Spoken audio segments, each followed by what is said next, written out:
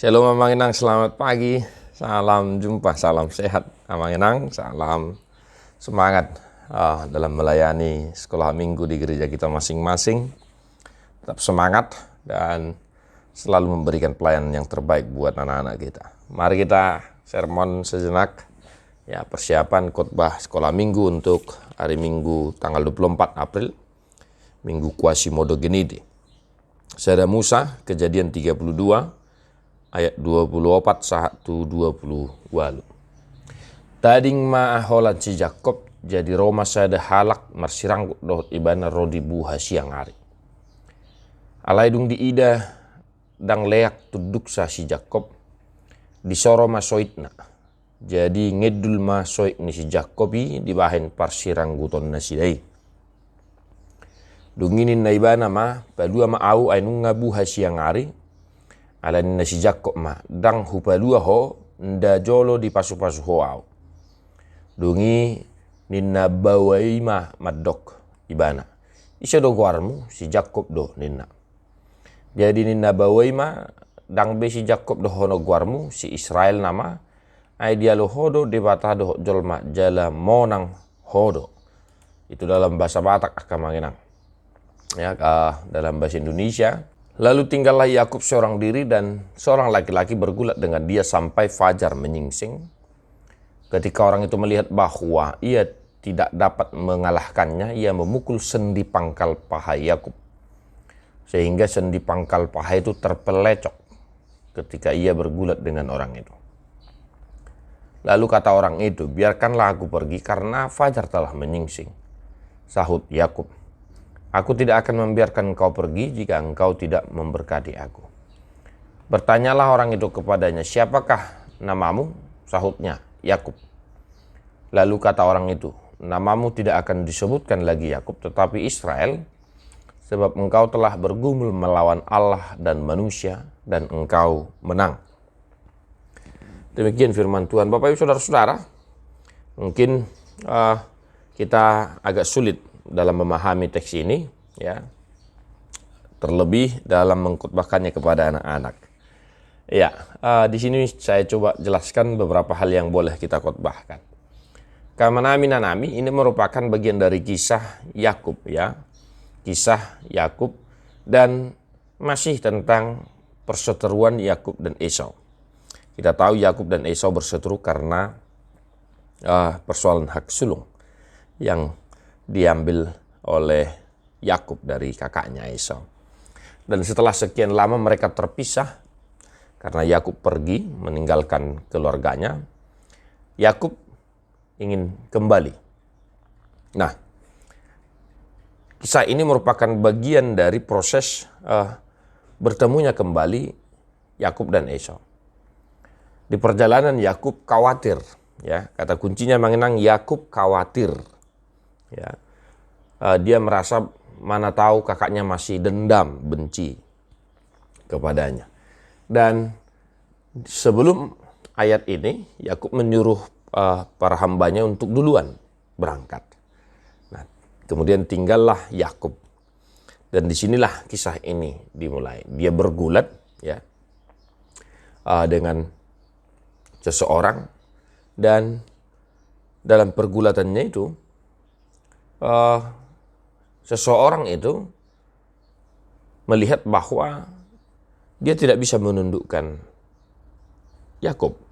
Kemudian dia memukul sendi paha, ya, pangkal paha Yakub sehingga terpelecok mekat nenek, ya, teluk. Nah, kemudian dia berkata kepada seseorang itu, ya, dia tidak akan meninggalkannya, melepaskannya sebelum dia memberkatinya. Nah, itu dia. Seseorang ini, ya, malaikat Tuhan, ya, ini merupakan kuasa kebesaran Tuhan. Malaikat Tuhan, suruhan Tuhan yang datang menjumpai Yakub. Nah, itu dia. Bapak Ibu Saudara-saudara, kawan-kawan, tadi saya sebutkan kata kuncinya Yakub khawatir. Dia risau, takut, mana tahu kakaknya Esau masih sakit hati, benci, dendam sama dia. Nah, inilah yang mau kita jelaskan. Kekhawatiran dia membuat dia risau. Ketakutan dia membuat dia sangat-sangat risau dan ya, buah mana mabirate kamanginang. Tidak tenang. Nah, jadi dari sini hal yang boleh kita jelaskan kepada anak-anak kita, supaya jangan takut, jangan khawatir kalau dia melakukan hal yang benar. Hanya orang yang salah yang wajar-wajar saja untuk takut. Kahalakna mangulahonna salah do nah mabiyar. Alang gohalakna mangulahonna sitong dakya mabiyar. Maka kita arahkan, kita ajak anak-anak kita supaya senantiasa melakukan hal-hal yang benar dalam kehidupannya. Dalam keluarga, di sekolah, di rumah, di gereja. Supaya jangan takut kalau mereka melakukan hal-hal yang benar. Justru mereka harus tetap setia melakukan hal-hal yang benar. Jangan hal-hal yang tidak baik. Ya, itu yang pertama. Yang kedua, Bapak Ibu Saudara-saudara, kata kuncinya ada di ayat 28. Sebab engkau telah bergumul melawan Allah dan manusia dan engkau menang. Melawan artinya bukan ya seperti yang kita pikirkan mungkin ya mengalok, ya menentang, bukan. Tapi memang dalam kisah itu Yakub bergumul. Ya. Allah dan manusia dikatakan, melawan Allah dan manusia. Bergumul. Allah dan tentu kakaknya Esau. Dan dia menang.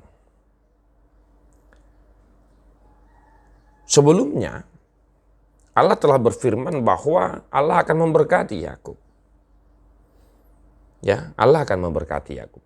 Namun karena persoalan yang terjadi antara mereka, antara Yakub dan Esau, membuat ketakutan Yakub lebih besar. Nah, ketika kisah ini terjadi, datanglah seseorang itu, ya, engkau telah bergumul, ya, melawan Allah dan manusia, dan engkau menang. Nah, Bapak Ibu Saudara-saudara, bergumul mungkin anak-anak kita belum paham. Tetapi bahasa sederhana adalah Yakub mampu melewati semuanya. Dan pada akhirnya dia menang. Dan memang mereka kemudian berdamai. Yakub dan Esau berdamai. Dan Yakub, artinya Yakub itu memang diberkati oleh Tuhan.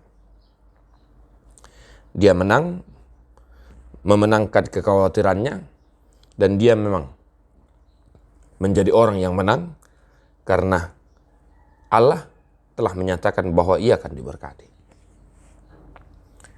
Nah, Bapak Ibu Saudara-saudara, apa yang boleh kita sampaikan dalam dunia anak-anak dari kata kunci yang kedua ini?